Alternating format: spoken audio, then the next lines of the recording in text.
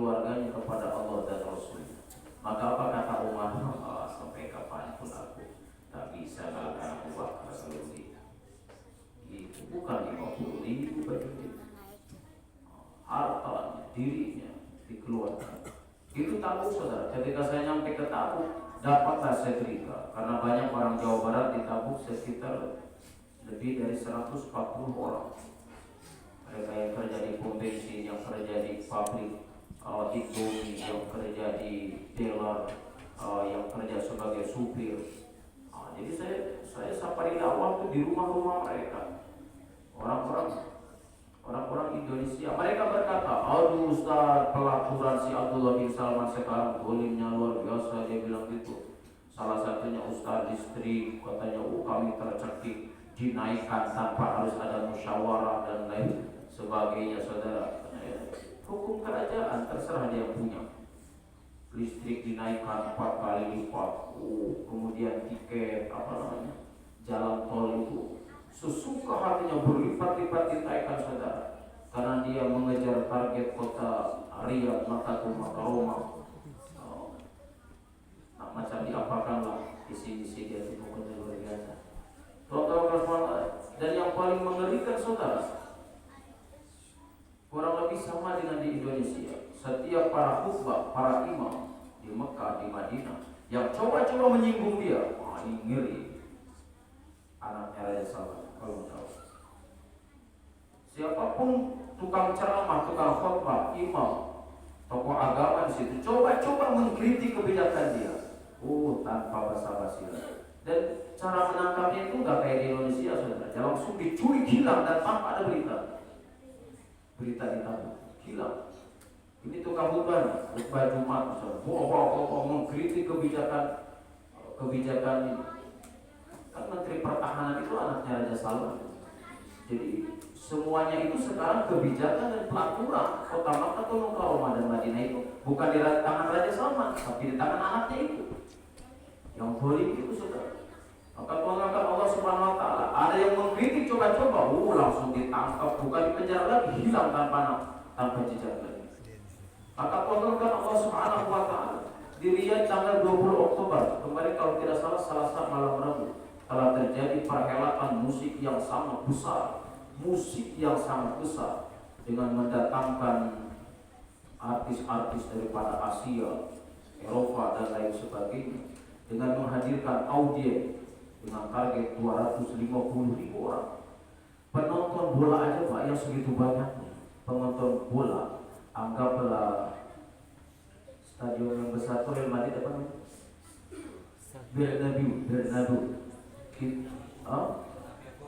Bernabeu atau Bernabeu? Anggaplah itu.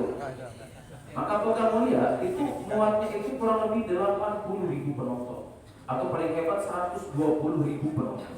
Ini dihadirkan 250.000 penonton, dan pada realitanya, saudara, membludak pengunjung penonton di kota Riyadh, di kota Mekah itu, saudara, sebanyak 750.000 orang. Banyak ya? Banyak.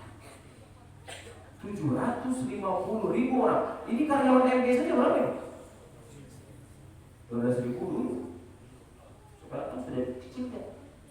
Mungkin 9.000 atau 10.000. Bayangkan Pak, 750.000 pengunjung. Belum lagi jutaan penonton lewat web, lewat Instagram, lewat media sosial, lewat televisi dan lain sebagainya. Dengan dipertontonkan artis yang sedemikian rupa di kota kelahiran Nabi, di tanah di mana Nabi berjuang dan berdakwah. Jadi sudah tidak diragukan lagi kalau dunianya hati-hati serta aman. Dan sepakat para ulama, pernah dengar dulu, kiamat akan terjadi hari apa? Kata siapa? Ulama sepakat hari Jumat, enggak hari Rabu. Hari Jumat, saudara. Tapi saya yakin bukan Jumat besok. Karena Jumat besok saya khutbah. Saya yakin.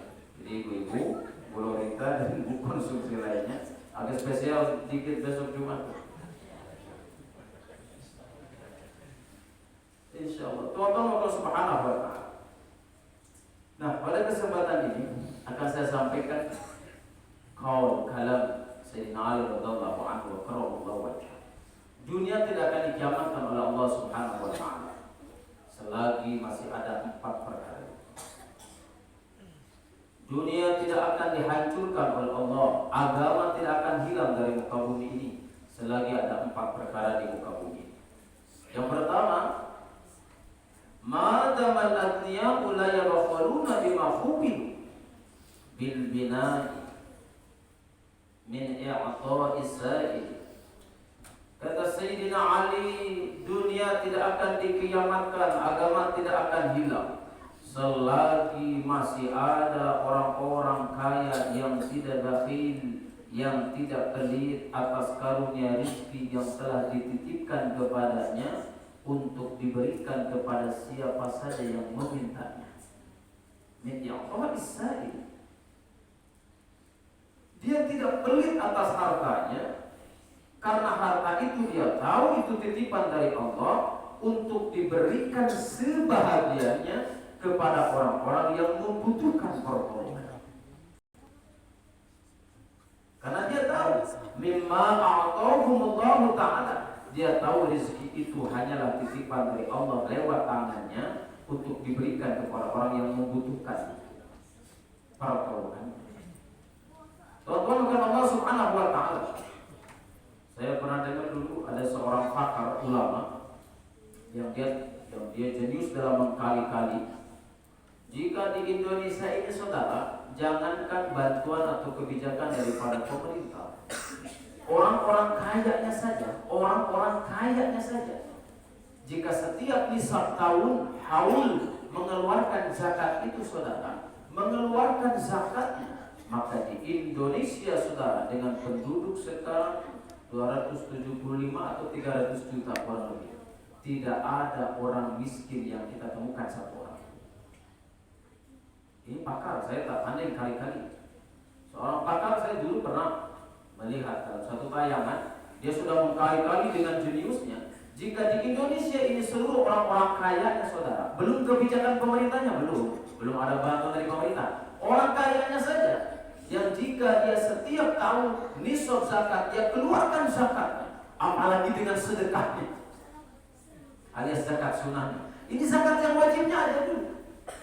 Zakat yang wajibnya ada dulu. Jika dikeluarkan saudara, maka tidak ditemukan di Indonesia ini satu orang pun orang yang berhak menerima zakat lagi. Artinya mapan semua. Sekarang gini saja. IPD tahu haji saja.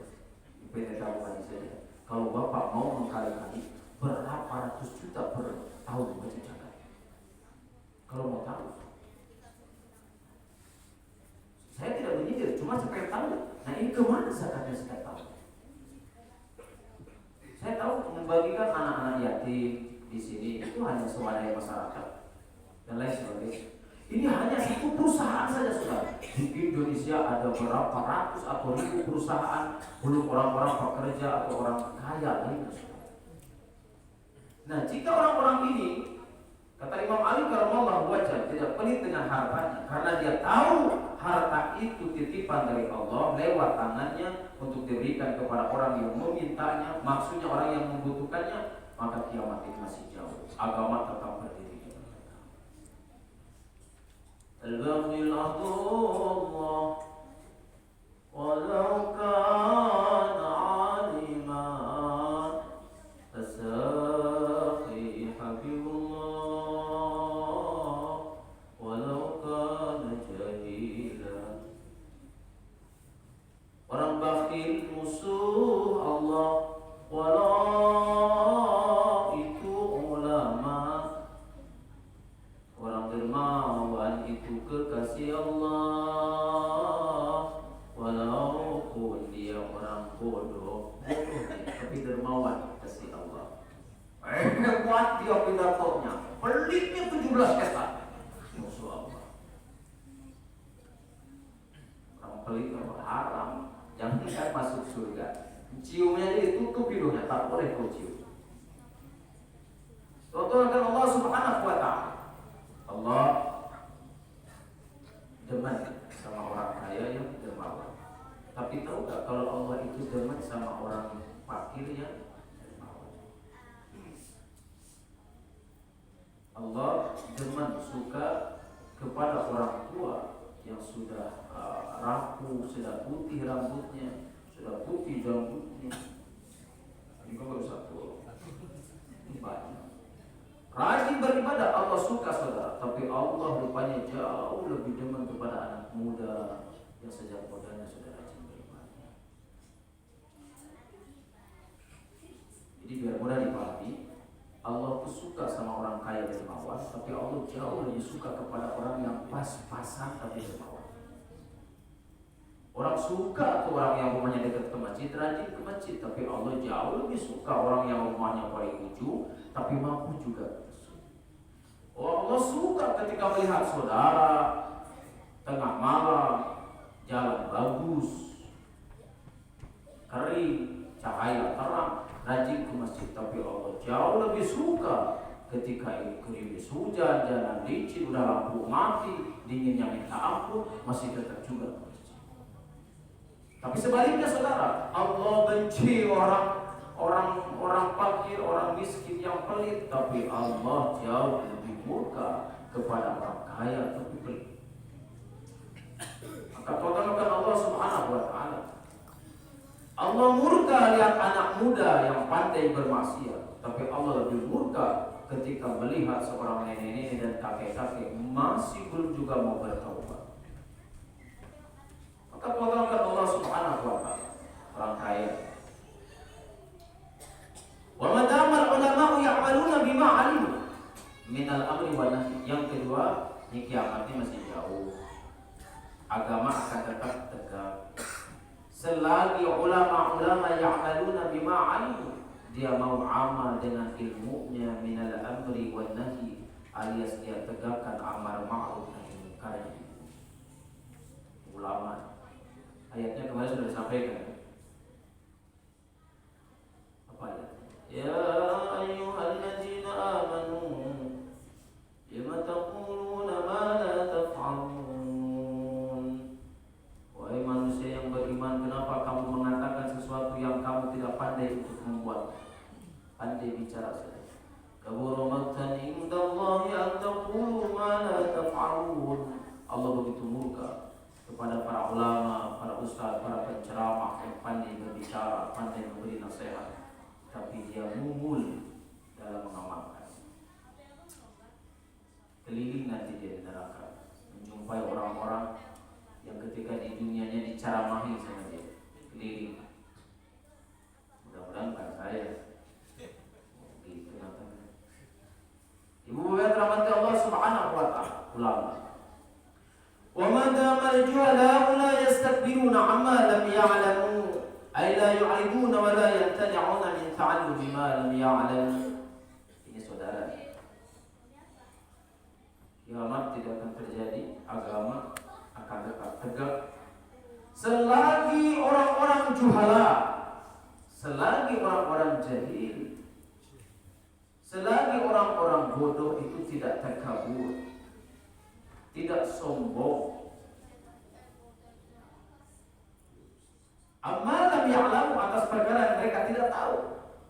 Maksud la yastakbiruna di sini ay la yu'riduna wa la yamtani'una min ta'allumi ma lam ya'lamu, alias dia tidak pernah memalingkan mukanya dan dia tidak pernah malas dalam belajar perkara ilmu yang tidak diketahui.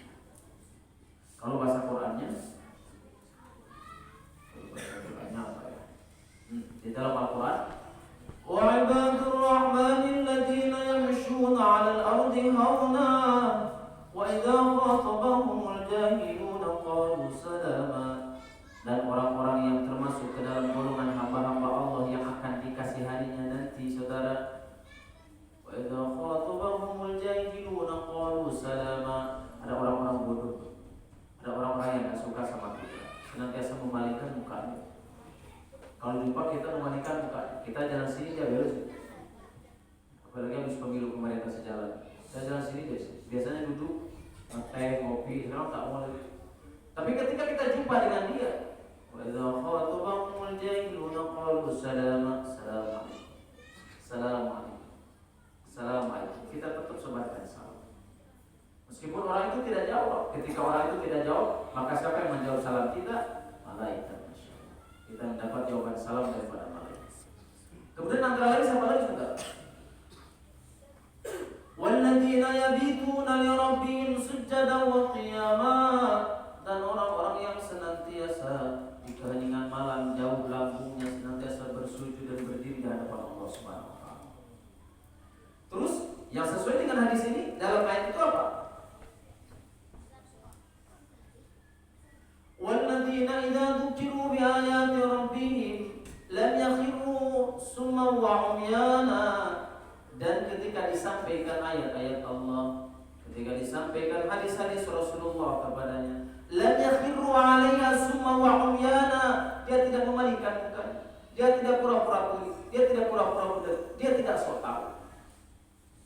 Jangankan kita ini saudara tidak tahu, walaupun kita sudah tahu, tadi kata MC Ida, walaupun kita sudah tahu dan kita sudah berkali-kali mendengar, anggap saja itu baru mendengar. Karena yang akan menjadi ilmu dan amal itu yang sering kita dengar, bukan yang satu kali dengar. Yang sering kita dengar itu yang akan jadi amal dan jadi ilmu. Bukan yang satu kali dengar, setelah itu hilang, setelah itu tidak pernah diulang lagi, tidak pernah dimudzakarahkannya lagi, maka itu akan sulit menjadi amal. Sebagaimana Al-Quran, bagaimana menjadi hafalan kalau tidak diulang-ulang? Hanya satu kali baca, oh pernah saya hafal, pernah, bukan hafal, pernah. Ada ustaz dari Tanjung Pinang kita undang, oh pernah saya dengar dulu tuh kayak gitu. Oh pernah dengar, bukan amal. Tapi kalau sering kita dengar, kita sering ulang-ulang, bahkan kita mudzakarah, insya Allah sering jadi ilmu itu menjadi amal. Tadi kita jelaskan. Bukan 33, 39. Bukan kurang-kurang cuma. Katakan Allah Subhanahu wa taala. Orang jahil, oh Ustaz tidak betul sama saya bilang orang jahil. Jahil itu bukan kata tercela. Jahil itu bahasa Arab. Kita merasa tercela kalau disebut jahil karena pandangan kita langsung terbayang, oh zaman jahiliyah gitu. Zaman jahiliyah zaman Nabi. Enggak, kalau zaman jahiliyah Nabi itu maksudnya jahiliyahnya jahiliyah tidak mengenal Allah, menyembah Tuhan yang dia buat sendiri sebanyak 360 patung, kan begitu. Ada perempuan hamil lewat, besetnya perutnya dijadikan taruhan judi, laki apa anak perempuan, itu jahiliyah mereka. Maksud makna jahil itu saudara orang yang tidak tahu dalam perkara ini. Sama jahil. Kayak saya dalam bidang ini saya jahil, saya tak tahu. Maksud jahil saya tak tahu. Untuk perkara ini saya jahil, saya tak tahu. Jadi bukan kata-kata tercela jahil. Maksudnya kita tidak mengetahui dalam masalah itu. Itu jahil. Maka kontrolkan Allah Subhanahu wa taala. Jadi orang-orang jahil, orang-orang yang tidak mengerti dalam bab itu, lalu dia tidak takabur, tidak sombong. Kontrolkan Allah Subhanahu wa taala. Allah tidak suka orang yang pintar tapi takabur. Tapi Allah jauh lebih tidak suka. Udah bodoh takabur pula. Iya kan? Allah tidak suka orang cantik, ganteng, sombong saudara. Tapi Allah lebih tidak suka lagi. Apa? Apa? Paham kan? Apa gitu? Sama dengan yang tadi disampaikan tadi. Allah tidak suka orang kaya, kikir, pelit, bakhil, orang miskin, orang fukara, orang yang tidak punya, kikir, pelit. Tapi Allah jauh tidak suka ketika orang yang serba cukup, serba ada, tetapi dia juga berlaku pelit. Maka Tuhan Allah Subhanahu wa taala macam itu. Sudah jelek, sombong, pelit pula. Jadi apa orang ini? Katakan Allah Subhanahu wa taala, ya sesama orang yang sama-sama jelek yang sama. Santai aja. Wa madama al-fuqara la yabi'una akhiratahum di dunyahu. Yang keempat, kata Imam Ali, kiamat insyaallah masih ada waktu. Dunia masih tetap berdiri, agama masih kokoh.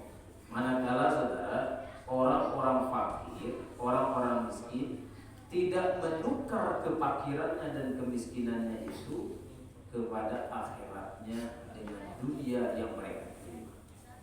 Tidak ditukar tukar saudara akhiratnya itu dengan dunia yang dia terima yang tidak seberapa itu dunia ini. Aimada mulai terkuna din bi ahdi dunia. Contoh gini, dulu ini kemarin sampaikan, saya sering nyampaikan ini. Di dekat kecamatan saya di Cianjur ada satu desa masuk misionaris. Lalu dijanjikan sebuah amplop jika setiap hari Ahad dia mau masuk ke gereja. Kemudian setelah dia masuk, betul dikasihlah pastel, bingkisan dan lain sebagainya, kan begitu biasanya. Kemudian dikirimlah pakaian-pakaian, kemudian seperti beberapa kartu super, pokoknya sembako dan lain sebagainya. Ini orang bodoh, orang fakir, dan kan dia mikir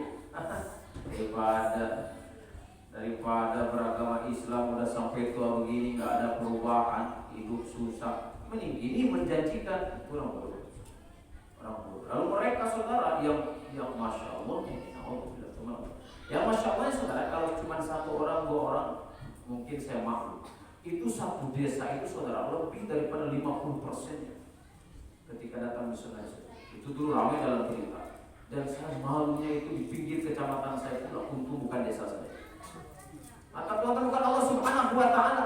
Mereka telah menjual akhiratnya di dunia dengan dunianya yang sebetulnya tidak seberapa. Kalau dalam Al-Quran itu dikatakan mata'un qalil tsumma ma'wahum jahannam. Fabisa biha, kenikmatan yang sangat sedikit. Setelah itu apa saudara? Mata'un qalil tsumma ma'wahum jahannam. Setelah itu mereka akan digiring ke dalam neraka jahanam. Kenikmatan sedikit, sebentar, tak banyak. Maka Tuhan Allah Subhanahu wa Ta'ala. Maka ulama diriwayatkan katakan, kalaulah kita kaya, saudara kaya kita itu hanya sebatas 70 tahun, 60 tahun. Kalau kita miskin kita itu hanya 60-70 tahun. Kalau kita cakap, kita ganteng, kita cantik pun tidak patut kita sombong. Karena beberapa tahun ke depan pun kita sudah keriput, tak ada lagi yang patut kita sombongkan. Kalau kita jaya, kalau kita sukses saudara, paling 60-70 tahun. Kalau badan kita sakit-sakitan, tak ada sembuhnya saudara, maka bersabarlah, itu pun paling 60-70 tahun. Tapi tengoklah alam akhirat yang selama-lamanya. Ditukar masa yang sebentar ini dengan masa yang begitu lama. Yang kata Imam Ghazali itu saudara, sudah saya berikan contoh kemarin, seperti biji jagung yang memenuhi dari bumi sampai langit, diambil setiap hari oleh seekor burung pipit.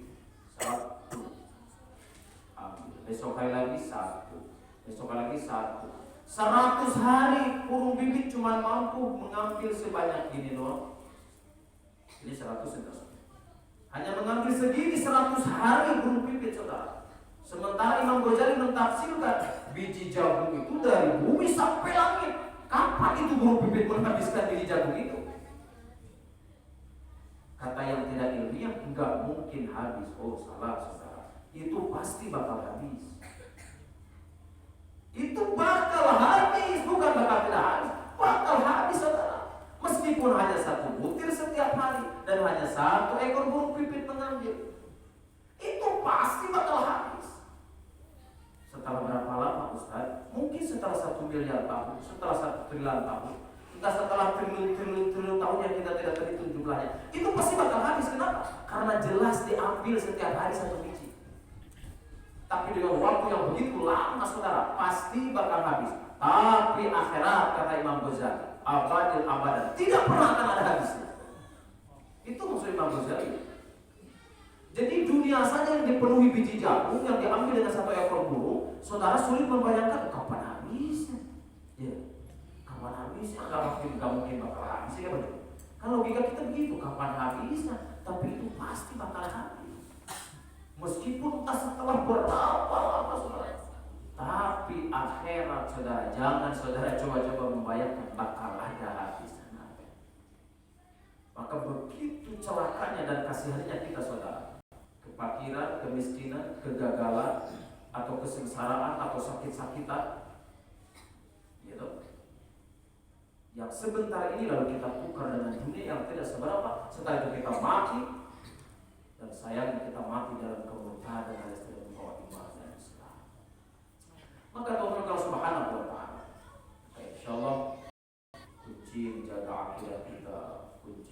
menambah ilmu dan amal kita. Yang lain dengan senantiasa hadir dalam majelis ilmu, senantiasa hadir dalam majelis ilmu, senantiasa dekat dengan para ulama, senantiasa kita banyak bertanya, dekat dengan orang-orang soleh. Jangan menjauh daripada masjid, jangan memudar sila. Memudar sila itu apa? Angkat kaki ketika ada majelis ilmu. Jangan. Ketika ada majelis ilmu jangan coba-coba memudar sila. Artinya berangkat keluar dari majelis itu, padahal tak jelas kita tuh nak kemana sebetulnya. Tak ada tujuan yang khusus kecuali sedang bepergian. Sesungguhnya orang itu sedang berpaling daripada rahmat Allah. Maka kata Nabi, aku Allah pun berpaling daripada orang. Saudara harus tahu, ketika ada majelis ilmu, majelis iman dibuat, lalu kita tidak ada hajat, tidak ada tujuan yang penting entah mau kemana sebetulnya, hanya malas saja lalu memudar sila berangkat dari majelis itu. Maka apa kata Nabi? Orang itu telah berpaling daripada rahmat Allah, maka Allah pun berpaling kepada. Maka insya Allah